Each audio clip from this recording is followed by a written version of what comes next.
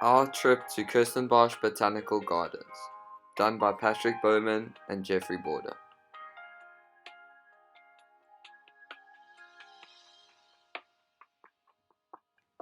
Bryophytes, mosses, a small flowerless green plant of the division Bryophyta, which comprises the mosses and liverworts. Any of the Bryophyta, a phylum of non-vascular plants comprising the true mosses and liverworts.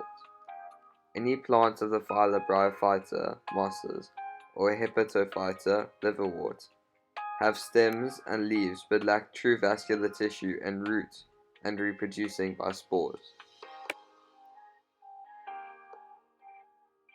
Mosses spread in multiple ways, but unlike flowering plants they depend on water moisture to sexually reproduce. Unlike most other plants, mosses do not have vascular tissue, a special kind of plant tissue that is used to transport water and nutrients through the plant. Because of that, mosses lack root, stem, and flowers.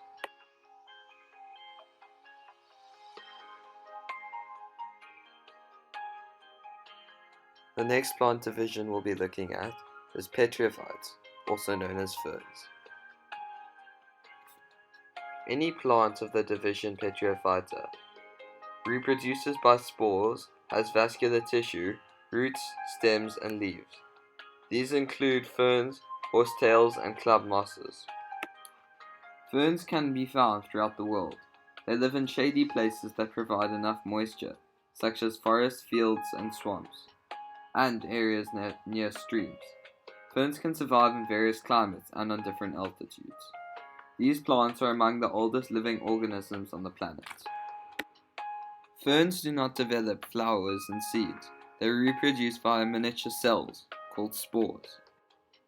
Spores are produced in structures called sporangia. They can be recognized as a row of brown patches on the bottom side of leaves. Spores can be reddish, brownish, yellow, or black in color, and some animals such as bats and mice eat spores.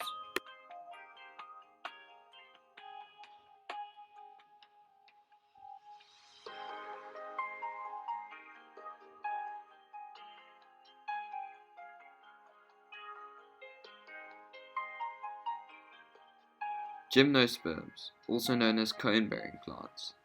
Gymnosperms are a vascular plant in which seeds are not enclosed by a ripened ovary or fruit supplement. Certain gymnosperms, such as confiners, are known to produce cones. Gymnosperms are known for bearing seeds like angiosperms. The gymnosperms and angiosperms comprise the group of seed-bearing plants called spermaphytes. However, the difference between gymnosperms and angiosperms in terms of seeds is that seeds of gymnosperms are naked, meaning the seeds are not enclosed with the ripened ovary or fruit. One of the major groups of gymnosperms is confiners, and these are cone-bearing plants. Confiners use cones to reproduce. Some cones are male and some cones are female. The male cones will spray pollen into the air, and the pollen will be carried by wind. If the pollen lands on a female cone, the female cone will reproduce.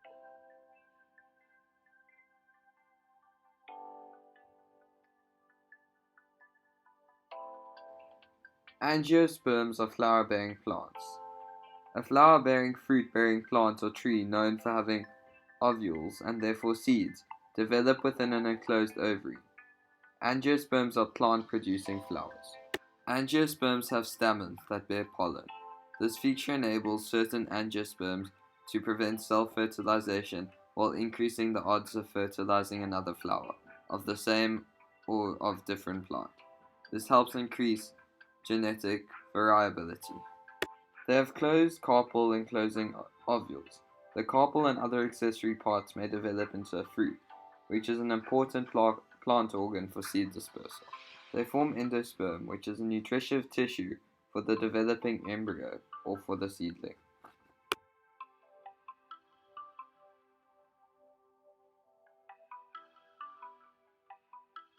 Flowers as reproductive structures and how flowers are adapted for pollination. Stamens are the male reproductive parts of flowers. The stamen consists of anther, which produces pollen, and a filament. The pollen consists of male reproductive cells. They fertilize ovules. Sexual reproduction in plants occurs when pollen from an anther is transferred to the stigma. Plants can fertilize themselves, called self-fertilization. Self-fertilization occurs when pollen from another fertilizes the eggs on the same flower. Cross-fertilization occurs when the pollen is transferred to the stigma of an entirely different plant. Some plants are adapted for pollination by wind, and some for pollination by insects. Plants adapted for insect pollination have colorful petals and nectar to attract the insects, and sticky pollen that sticks to the insects when they visit the flowers. Plants adapted for wind pollination have small, light pollen so that it can be carried by the wind. They also have feathery stigmas to catch the pollen.